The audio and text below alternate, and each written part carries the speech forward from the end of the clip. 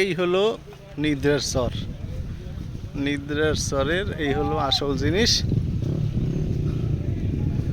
চমৎকার জায়গা।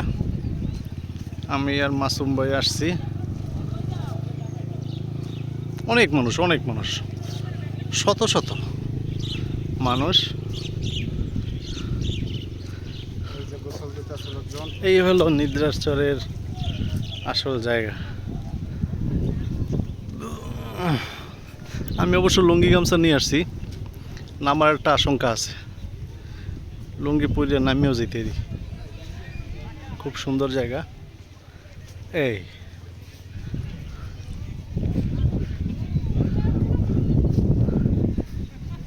এলাম মাসুম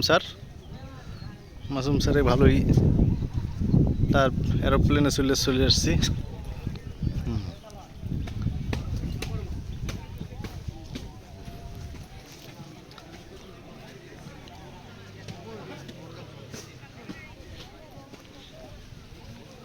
এই হলো বঙ্গোপসাগর।